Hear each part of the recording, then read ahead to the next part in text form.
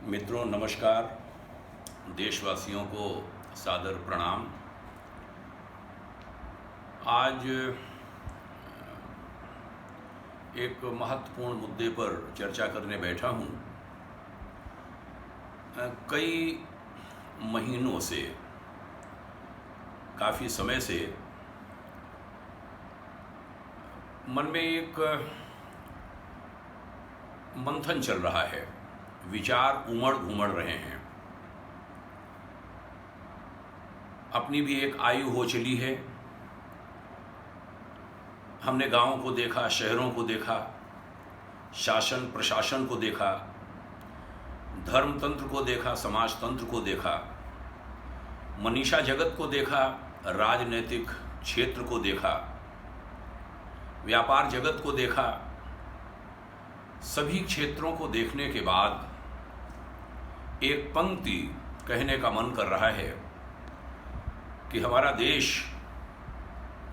आत्मनिर्भर समाज वाला देश रहा है और आत्मनिर्भर समाज वाला देश आज राज्य निर्भर होता चला जा रहा है।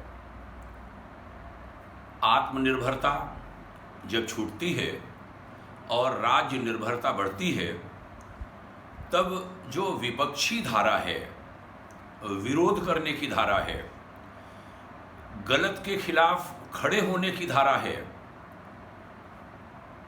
अनाचार का, अत्याचार का विरोध करने की धारा है, वह मंद पड़ती है, खत्म होती है। ये मैं किसी वैयक्तिक संदर्भ में, कोई संस्थागत संदर्भ में नहीं कह रहा, मैं राष्ट्रीय संदर्भ में ये बात कह रहा हूँ।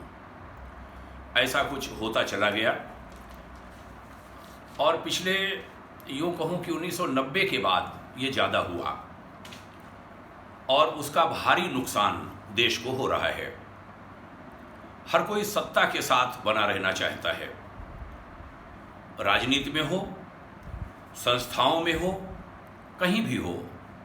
गांव समाज में देख रहा हूं, जो सत्ता में हैं, जो शासन कर रहे हैं किसी भी रूप में, चाहे ग्राम प्रधान हो, ब्लॉक प्रमुख हों, विधायक हों, सांसद हों, चाहे हमारे ब्यूरोक्रेट्स हों, चाहे संस्थाओं में उनके मुखिया हों, हर कोई उनके इर्द गिर्द बना रहना चाहता है सत्ता के साथ।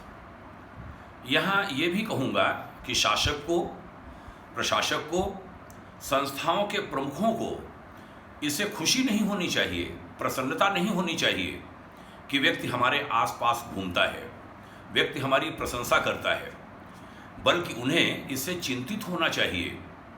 यह चिंता का विषय है, प्रसन्नता का नहीं, क्योंकि इससे ह्रास होगा विचार का, संस्था का, सरकार का, देश का, समाज का, संस्कृति का, राष्ट्र का क्षरण होगा।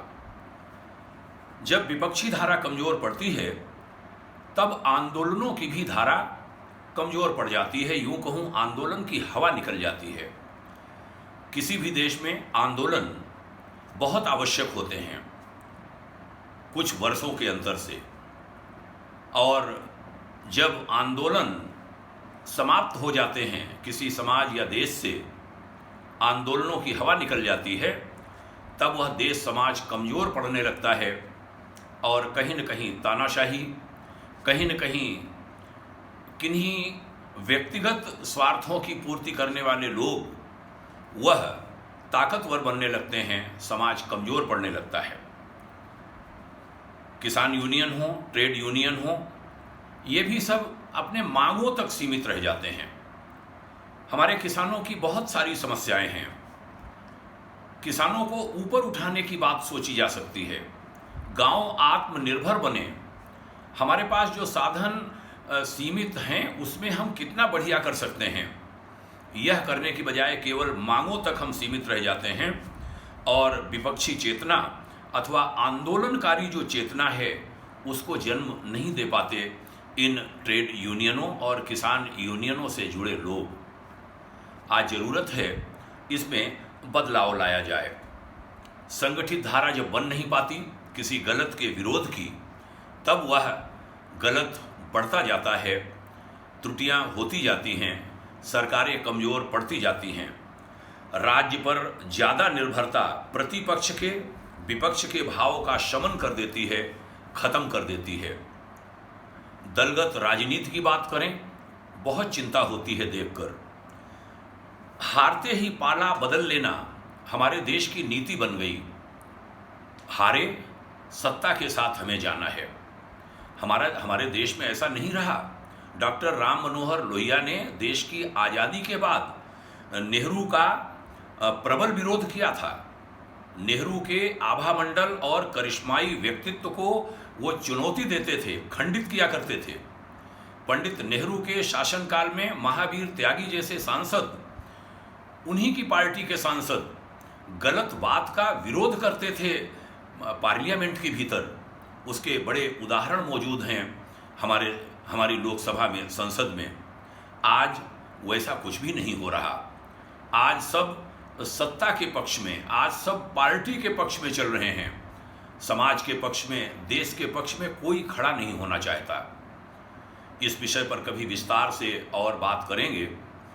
हम तो चाहेंगे समाज के ऐसे प्रबुद्ध लोग वह सब आएं, इस पर सोचें। आज केवल यह विषय उठा रहा हूं क्योंकि जब विपक्षी धारा मजबूत थी तो अनेक नेता हमारे देश में निकले थे। राजनारायण, मधुलिमये, जॉर्ज फर्नांडीज, जयप्रकाश नारायण जैसे अनेक नेता निकले थे और उन्होंने देश को एक विपक्षी धारा को मजबूत किया था।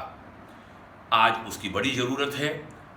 चिंता की बात है, सारी राजनीतिक धाराएं कमज़ोर पड़ रही हैं और जो सामाजिक संस्थाएं हैं, सामाजिक समुदाय जो हैं, वह भी सत्ता से जुड़े रहने के कारण समाज को कमज़ोर कर रहे हैं। संत समाज भी उससे प्रभावित होने लगा।